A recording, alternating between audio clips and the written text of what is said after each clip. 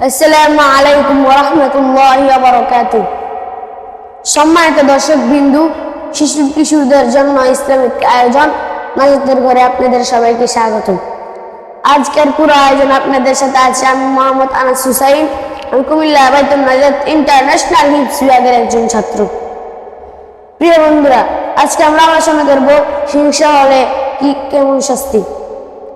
আজকে আমাদের সাথে অতিথি হিসেবে এসেছেন ভাই মোহাম্মদ সাব্বির হোসেন। ভাই, আপনি কেমন আছেন? আলহামদুলিল্লাহ, আমি ভালো আছি। আপনি কেমন আছেন? আলহামদুলিল্লাহ, আমি ভালো আছি। প্রিয় সাব্বির ভাই, আপনি তো আমাদেরকে হিংসা হলে কি শাস্তি তা শোনাতে পারবেন? জি, ইনশাআল্লাহ। তাহলে শুরু করা যাক। হিংসা বিদ্বেষ করা অনেক খারাপ কাজ। একজন মুসলমান অন্য মুসলমান এর প্রতি সর্ব অবস্থায় ভালো আচরণ করতে হবে। রাসূল সাল্লাল্লাহু আলাইহি সাল্লাম ইরশাদ করেন, হিংসা মানুষের নেকিকে এমনভাবে ধ্বংস করে দেয় যেমন আগুন শুকনা কাঠকে জ্বালিয়ে দেয়। আল্লাহ তাআলা আমাদেরকে সর্ব অবস্থায় এক মুসলমান অন্য মুসলমানের প্রতি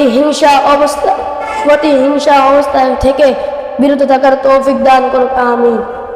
প্রিয় সাব্বির ভাই, আপনাকে অসংখ্য ধন্যবাদ আমাদেরকে হিংসা হলে কি শাস্তি সম্পূর্ণ আলোচনার জন্য।